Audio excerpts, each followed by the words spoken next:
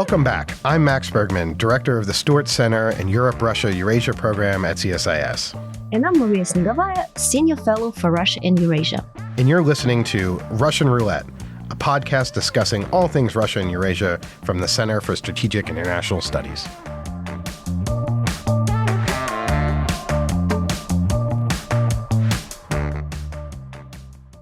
Hello, everyone, and welcome back to Russian Roulette. I'm Max Bergman, here with my co-host, as always, Maria Snegavaya. And today we're joined by our fantastic CSIS colleague, Clayton Seigle. Clay is a senior fellow and James R. Schlesinger Chair in Energy and Geopolitics with the CSIS Energy, Security, and Climate Change Program. Previously, Clay led the Global Oil Service at Rapidon Energy Group.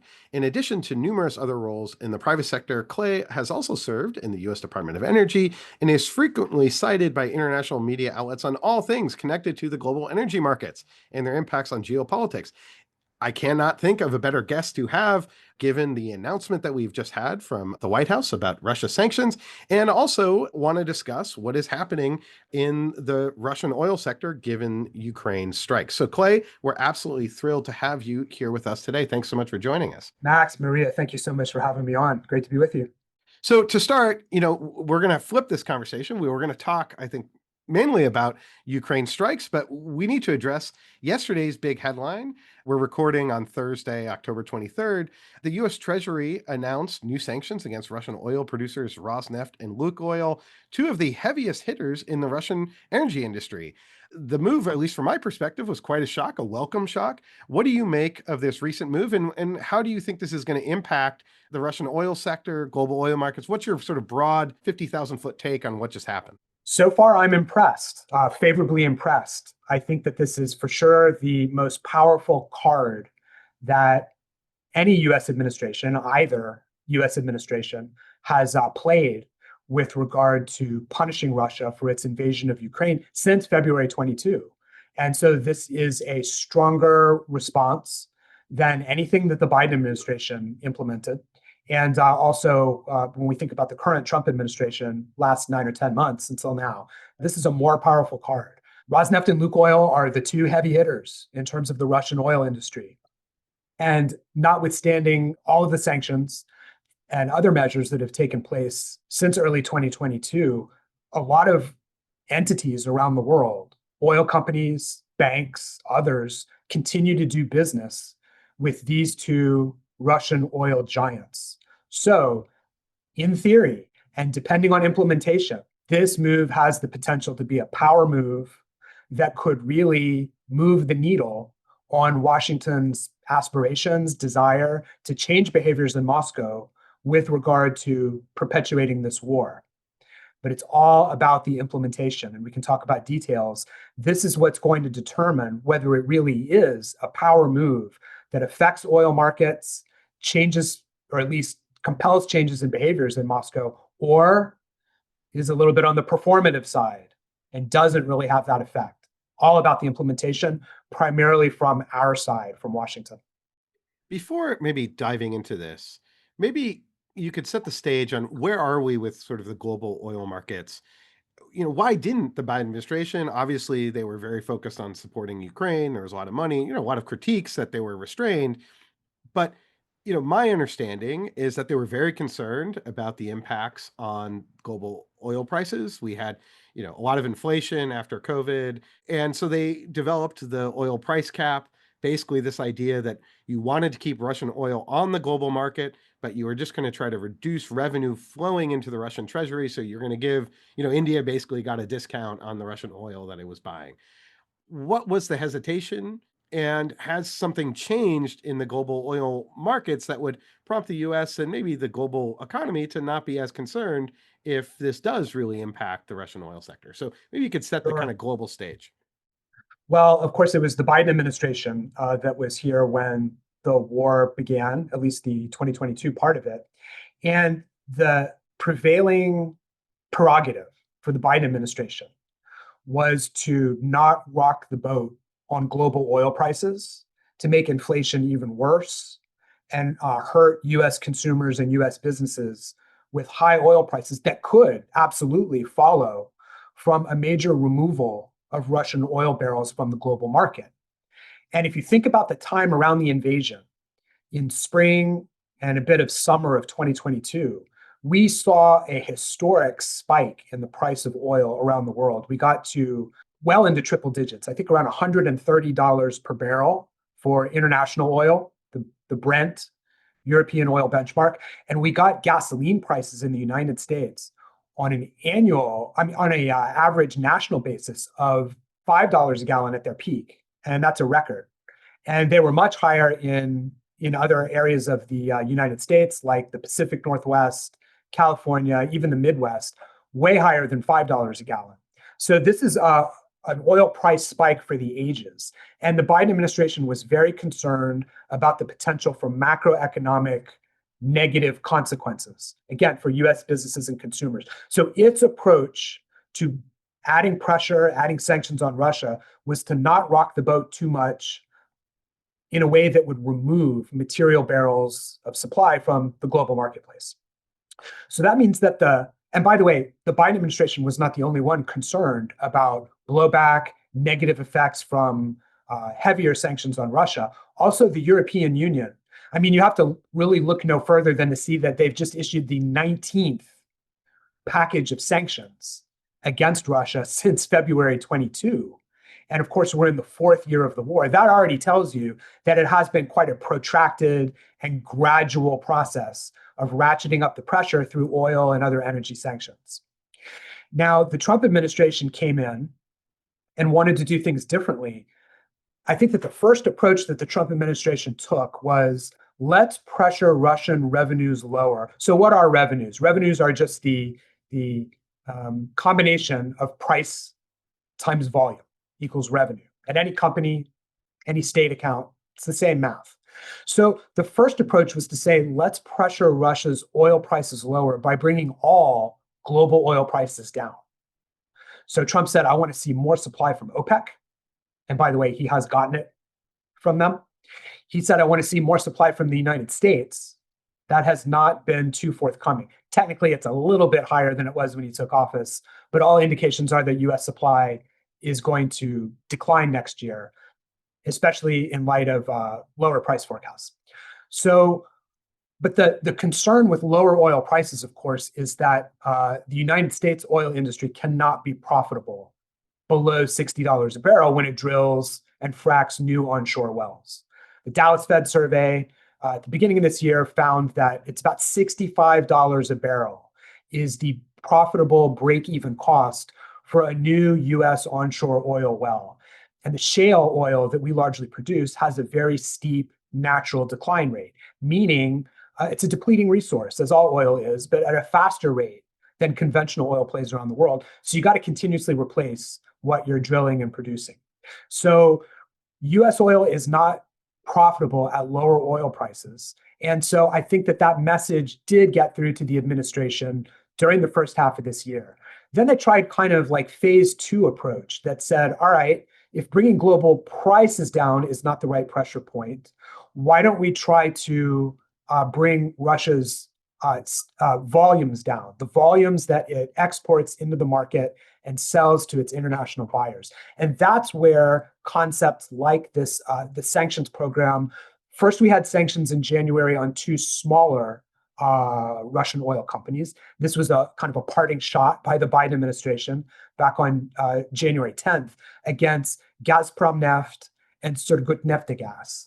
And so similar to what they've now done with the heavy hitters, with Rosneft and Lukoil. So the idea here is if you can scare away Rosneft and Lukoil's customers, their buyers, then Russia will sell less. It will have less revenue to spend on the war and also keeping things relatively calm and favorable at home. That's the approach here. Clay, may I jump in to clarify that it appears that the role of the secondary sanctions is really crucial with this design. And in particular, maybe you could compare what this particular sanctions ruling states about the risk of the imposition of secondary sanctions as to how likely it is going to be implemented, given Russia's ability to circumvent sanctions really well.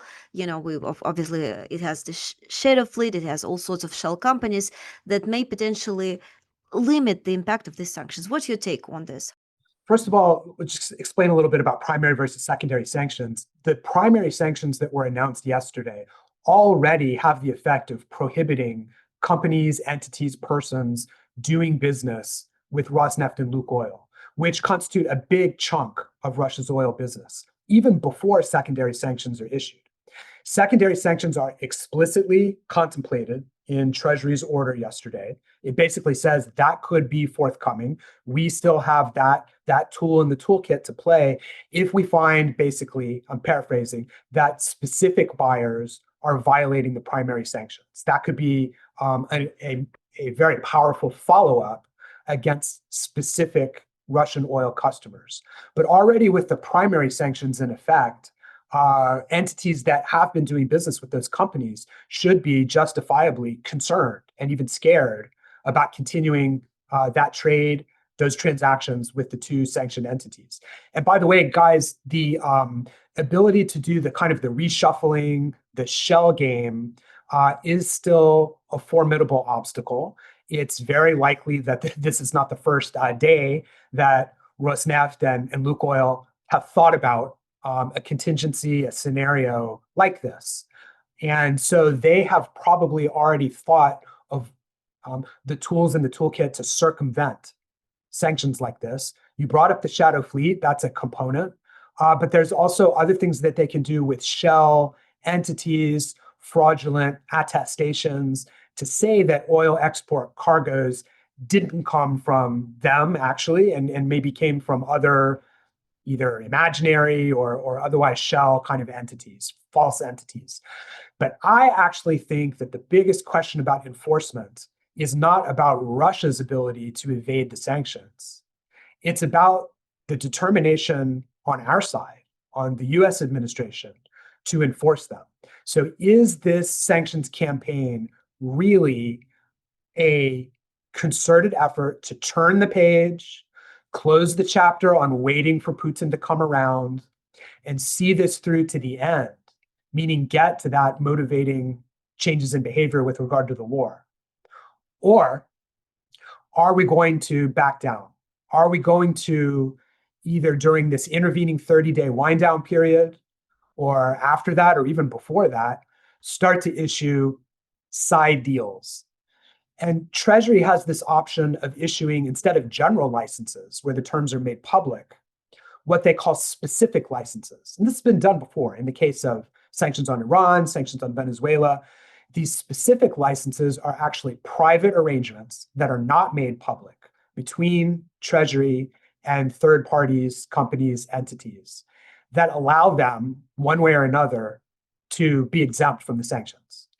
And we have a case right now in Venezuela where apparently one major international operator has gotten a specific license, the terms not made public, but we can see from export and import data and tanker tracking that since summertime, flows have changed and they've increased. And so that gives us an indication that a private specific license with some exemptions or waiver to sanctions have been implemented and awarded. So what you really need to keep an eye on right now is the bilateral negotiations that are sure to take effect between Russia's traditional oil customers that have still been doing business with Rosneft and Lukoil and the administration. And there are several potential motivations for the Trump administration to make concessions, to make exemptions for some of Russia's oil buyers. One of them, as we talked about before, is to not rock the boat too much on global oil prices. So kind of, yes, we're cracking down, we're doing an unprecedented step on a declarative basis, but sort of wink, wink, nod, nod, let's work something out and not have kind of a full cutoff of those millions of barrels per day. So oil prices, the fight against inflation, could be a motivation for, let's say, selective enforcement of what was announced yesterday. Another potential motivation, though, could be in the context of the bilateral negotiations that Washington is holding with dozens and dozens of countries to forge what the administration sees as more favorable and more balanced trade deals that include significantly higher tariff rates that should bring, in some capacity, more revenues and better fiscal positioning for the United States than was the case under previous arrangements. And so the trade deals are another potential motivation for less than complete enforcement, as the headlines would seem to indicate based on what we're seeing today. We need to keep an eye out for indications that private arrangements are being made between the administration and counterparties to keep some of that oil flowing. I think that's a really important point, Clay, and how vigorously these sanctions are enforced. And that seems like the big question right now. Is this going to be enforced, at least the way I see it, as sort of an Iran-style sanctions program, where there, was enforced, at least the way I saw it, really vigorously? Or oh no, I'm curious how you see, like, my interpretation was Iran, we sort of, the US government was very focused on enforcing Iran sanctions. Do you see that happening? Is this the sort of thing where, hopefully, Treasury and state sort of give the order to their people, go, hunt Russian oil like rabid dogs and sanction everything, because this is a degree of whack-a-mole of bureaucratic energy has to be built up to constantly be looking out for shell companies and other things like that. So how do you see the enforcement playing out? And I guess then the second part of that question is what's going to happen to global oil markets, right? You mentioned that, for US energy producers, the price of oil is maybe getting a little bit too low. It does strike me that this administration also has a lot of influence with countries in the Gulf, big, huge oil producers, OPEC countries that, could it also say, okay, Saudi Arabia, Emirates, increase your production to maybe offset some of the Russian oil we're going to take off the global market.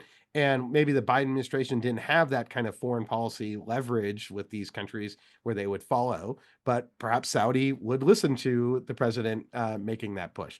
So how do you see enforcement playing out? What then could be the impact on the global oil markets if enforcement is really tight? These are great questions, and there's a lot to unpack here that I think is going to be informative. Let's kind of go backwards. So OPEC is delivering on what President Trump demanded just a couple of weeks into office. You may remember in January, he delivered remarks to the audience at the World Economic Forum in Davos, and he specifically called out OPEC for failing to produce and deliver enough oil to world markets to support economic requirements. And he basically said in so many words, I'm expecting more from you guys. And that's exactly what they've been delivering throughout this year. OPEC has been unwinding its program of supply cuts that was adopted over the last couple of years much more rapidly than they had previously indicated they would before this year, and than the market was expecting. And so they've already unwound more than 2 million barrels per day of supply curtailments. And they're now into a second tranche that would be more than 1 million barrels per day if it's fully unwound. And so OPEC Plus is delivering the goods that President Trump has urged of them, demanded of them. And by the way, we just received word this week that the Crown Prince of Saudi Arabia, MBS, will be visiting Washington in a few weeks. And so between that and Trump's inevitable requirements before the midterm elections and his priorities, it's more than likely Saudi Arabia and its partners will continue to supply the oil market with on the higher side of incremental supply, rather than reverse their policy right now and start to be a more, let's say, stingy with supplying the market. I think that's a safe assumption. Now, it's really interesting that you made the comparison to Iran, because another one of this administration's priorities has been pressuring Iran on the foreign policy and national security front. We obviously know what happened with the bombing operation during the so-called 12-day war on the nuclear sites. But what's really interesting is in February, this administration came out with an order. It's called National Security Presidential Memorandum 2. And that basically calls for a policy of so-called maximum pressure on Iranian oil exports, and explicitly sets a target of bringing Iran to zero oil exports. Well, that is not what's happened during the course of this year. And even though those are the marching orders for the staff and the working folks at the agencies and departments, the truth is that this policy has not really moved the needle on Iranian oil exports. And so those volumes, both before the 12-day war and since, have still been pretty robust. More than 1 million barrels per day are being exported, and substantially all of it is making its way to China, which, by the way, has been undertaking a strategic program of acquiring oil imports and building government-held reserves as a cushion against potential future disruptions. And China, of course, is really reliant on oil imports. It imports substantially 11 million barrels per day. So it's a huge growth engine, not only to fuel its refineries for producing transportation fuels, but also this kind of extra source of demand to stock up its government-held reserves. So the reason why I bring up or double down on this Iran example is that that's a case where even though the stated policy is to bring Iran's exports to zero, that is not what's happened in the real world. And so that really raises a flag that we could have a similar outcome when it comes to these tougher sanctions, in theory, on Rosneft and Lukoil. So that's why it all comes to the enforcement. And it's not so much about the shadow fleet, I think, in this case. It's really about whether exemptions are granted. So look, I would actually look more to the Washington side than the Moscow side in terms of a leading indicator for what happens next. And that's all about trying to answer your question about what happens to the global oil market and prices from this latest action. It all depends on whether the market believes that Russian barrels are finally, for the first time, going to be removed from global oil supply, or whether they're going to be just reshuffled like they were after the EU banned Russian oil imports, both crude and products, or neither. Or maybe the oil stays on the market and no one is really deterred from doing business with them, so it doesn't need to be reshuffled. So look to those exemption negotiations as the key to how the oil market is affected, and also the relative pressure that may be felt in Moscow when it comes to the geopolitical side. All hinges on whether these sanctions take oil off the market. Clay, many thanks. Another interesting and really positive development, it seems, is today's 19th sanctions package by the EU, which appears, at least at the first sight, coordinated somewhat with the US sanctions. So I'm wondering if I'm right about it. Indeed, just to flag to our listeners, this sanctions package eliminates the exemption for Rosneft and Gazprom-Neft oil and gas imports into the EU, and also goes after Lukoil's prominent shadow fleet enabler based in the UAE. To what extent do you think this element, the coordination, transatlantic alliance that we've been waiting for, is going to do the trick? Well, once again, the measures that have been announced, in principle, could be a really potent determinant of the outcome of the war and Putin's ability to weather this storm. We have some concerns, though. I mean, again, by its very nature, we're on the 19th round, and it only happened after the last kind of holdout within the EU, a bit allied with Putin in Moscow, made some concessions and got on board. So all of these maneuverings require concessions and require compromises. But I do agree that in principle, this 19th round, they're getting stricter, and at least in theory, they should have greater effects in pressuring Putin to potentially change behaviors. What I'm looking for here, especially the ban on liquefied natural gas imports, is an especially important, let's say, novel approach. And it's one that could move the needle, because even though pipeline gas deliveries from Russia to the continent have been greatly reduced over the last couple of years and more recent months, the stuff that's makes its way by sea, so the gas in its gaseous form is brought down to an extremely low temperature. It turns into a liquid form, and it's sent to buyers around the world on these expensive tankers that keep the gas kind of ultra chilled. It's an expensive process, and it's one that the United States is investing heavily in, since we're such an important supplier. But when it comes to Russia and Europe, there are still quite some major members of the European Union, major economies, that have been taking advantage of the absence of sanctions on LNG imports to continue that business. And so the fact that those countries have also agreed to reduce or maybe even end their imports of liquefied natural gas from Russia is another important pressure point. And I'm not expecting a lot of problems with implementation on the gas side like we potentially are with oil. So I think that that one does net add to Putin's pain points. Now, when it comes to the oil side, there are some additional moving parts. One of them is probably targeting India, and I can explain why. You know, India, along with China, are the two major, almost the only continuing crude oil customers for Russia. And so India is probably, I think we can say, more concerned with running afoul of US Treasury and the Trump administration than the decision makers in Beijing. It's my assessment.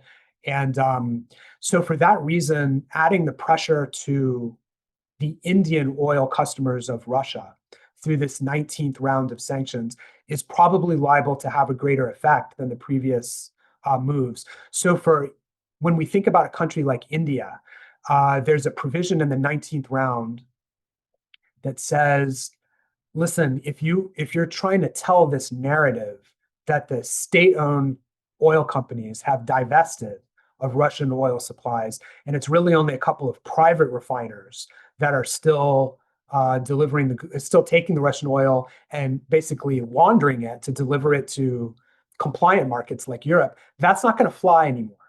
The new set of rules says you can't play that card. We're going to not recognize a split like that, a bifurcation, unless maybe you show on a cargo by cargo level, it's really been split out like that. But to just kind of declare at a national level, hey, don't worry, our state-owned stuff is within compliance, that's not going to fly. And so that means that the biggest privately run refiner, Reliance Industries, is going to have a real challenge if it wants to continue to procure those discounted crude barrels from Russia and turn them into high value refined products and then sell them into the European Union. They're going to have a problem. And now it's double trouble with regard to the United States sanctions to the extent that they're enforced. So I think seeing the EU and Washington get closer together, shoulder to shoulder on these measures is a great step in the right direction. They could do even more, of course. And one issue is about the sanctioned fleet. And so each one of these governmental authorities, the United States, the EU, and the UK, maintains their own list of the sanctioned entities and ships. And so because new ships are coming into the shadow fleet all the time, basically every week, it would be really great if there was just one unified set, a comprehensive set of tankers updated at all times that are on the blacklist. But instead, they all maintain their own separate lists, and that dilutes the firepower associated with tracking and banning the activity of the shadow fleet. So it'd be great if those three governmental authorities got on the same page, and the Venn diagram with the overlapping parts, it was just basically like one concentric circle. That would be the best case outcome for cracking down on the shadow fleet. Clay, maybe now we should pivot to talk about the other aspect that is impacting the Russian energy sector, and that's Ukraine's military strikes using drones to target Russian oil refineries. This has obviously caused a lot of attention. There's been a lot of images on social media of gas lines of these drones striking Russian oil refineries.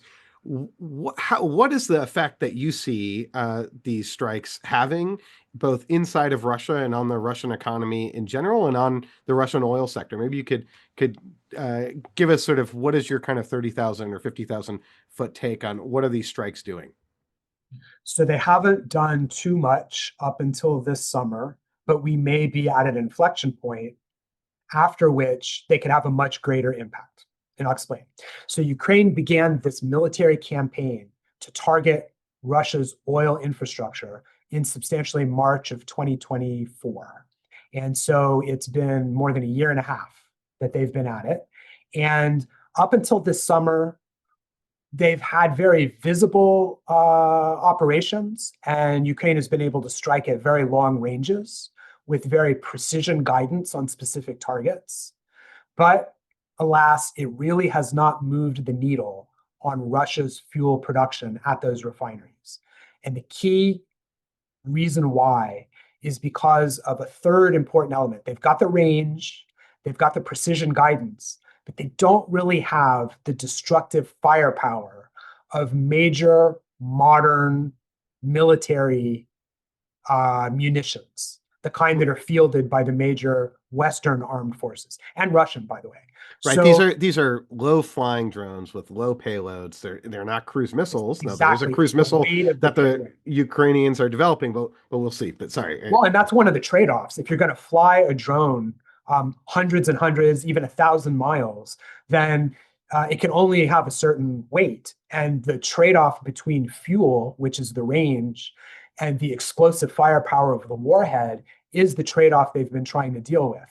And so they've been trying to cast a wide net and hit many refineries over Russia's vast land area in order to have a widespread effect, kind of a shotgun blast approach, if you will. But the trade-off again is that they have not succeeded in degrading, let alone destroying these Russian oil refineries. They've only, even though the explosions kind of look impressive on the videos and the social media, the Russians have been able to repair these struck units relatively quickly, periods of weeks, in some cases a couple of months. Almost none of the refineries that have been damaged have had outages longer than that up until now. Now, there was kind of a stage change in Ukraine's scale of attacks during August, and that had a bigger impact and took more Russian refining capacity. We call it throughput, offline than in the past. But there again, I fear that it's just a blip and that it's not really going to move the needle because the Russians can still play their cards in terms of rapid repairs and restorations to repair the damage before major impact on fuel production or on revenues from sales could take effect. However, the reason why I think that we're at an important inflection point is because we could be at a place where we can improve on that last wish list item to make a difference, which is the explosive firepower.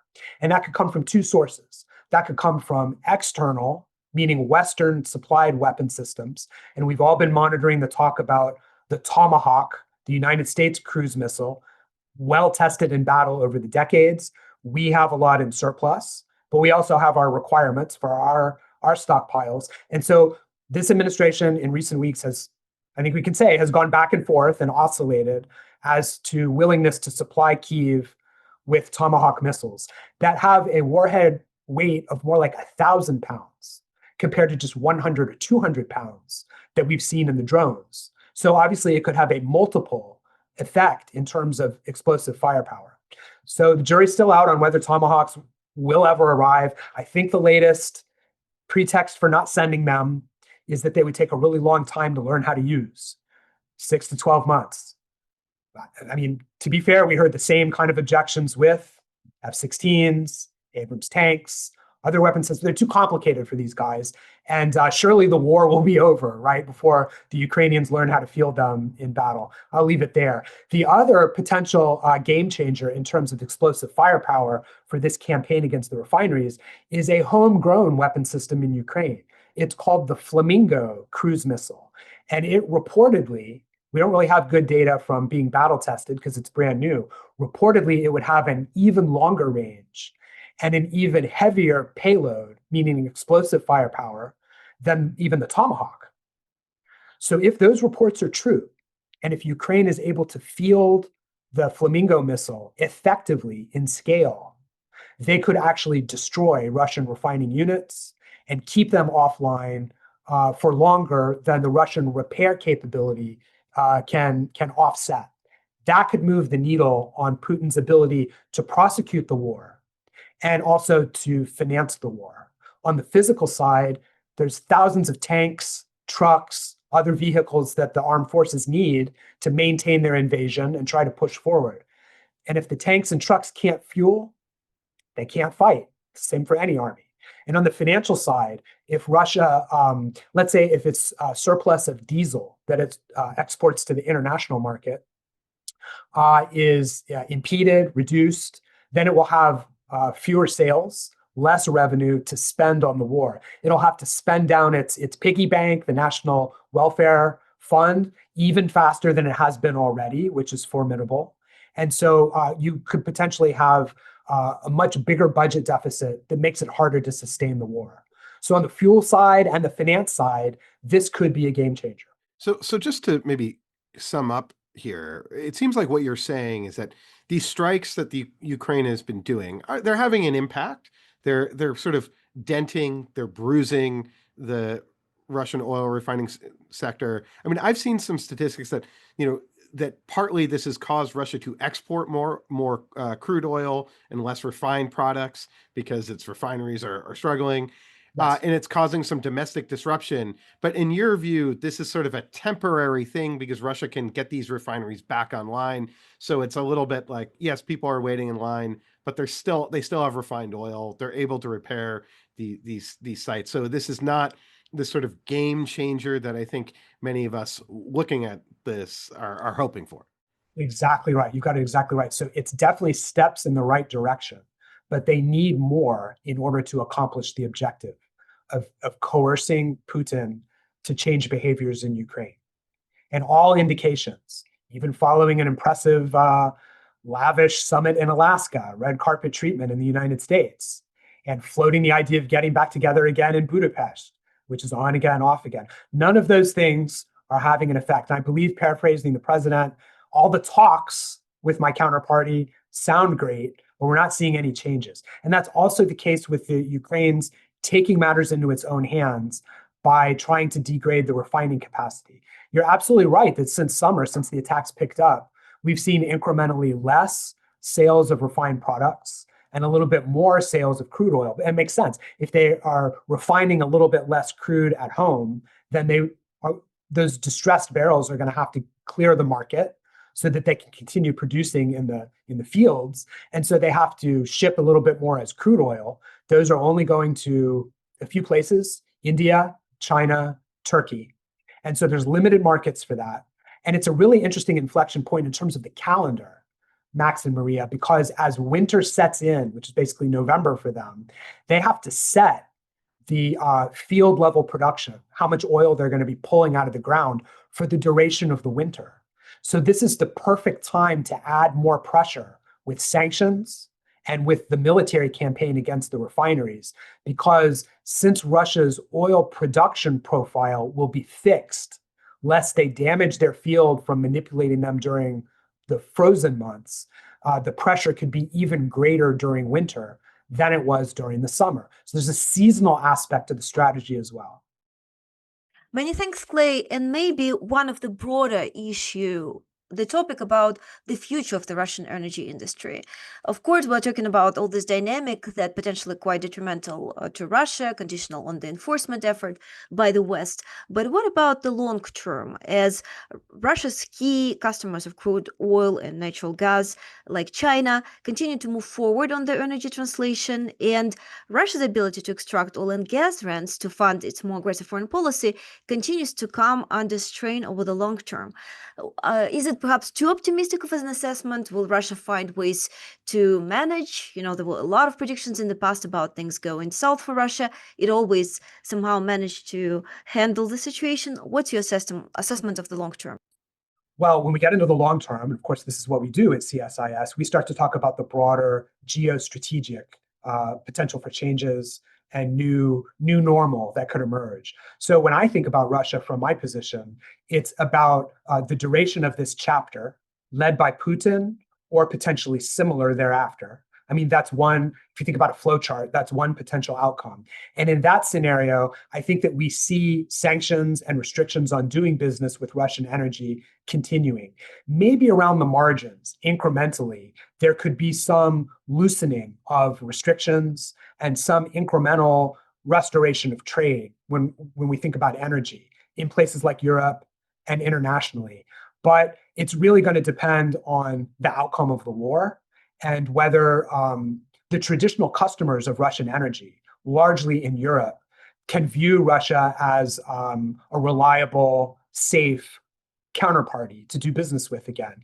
And under that first scenario, that first outcome where we're talking about Putin remaining in power or a subsequent regime that has a similar dynamic with the West and most of the international community, I don't see a return to the status quo ante in the cards.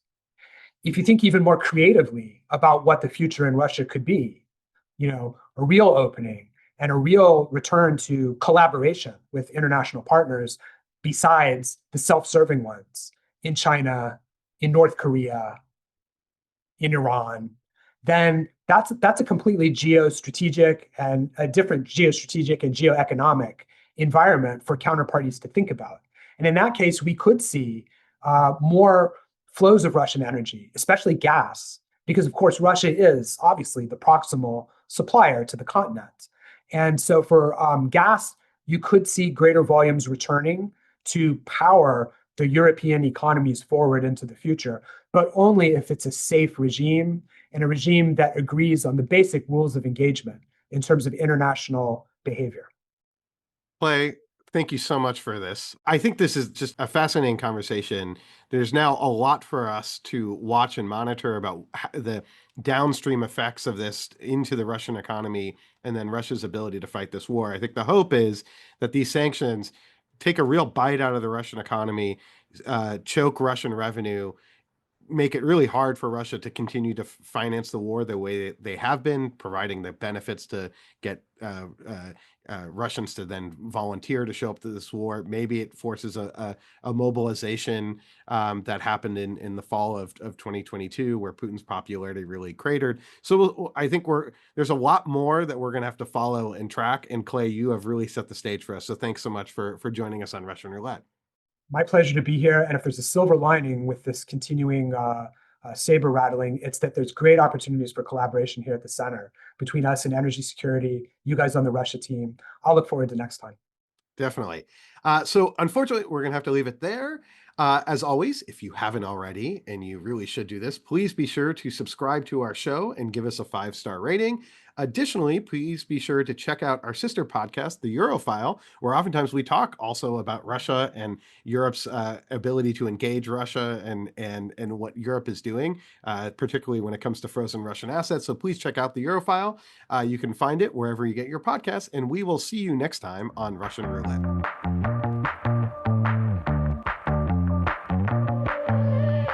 You've been listening to Russian Roulette.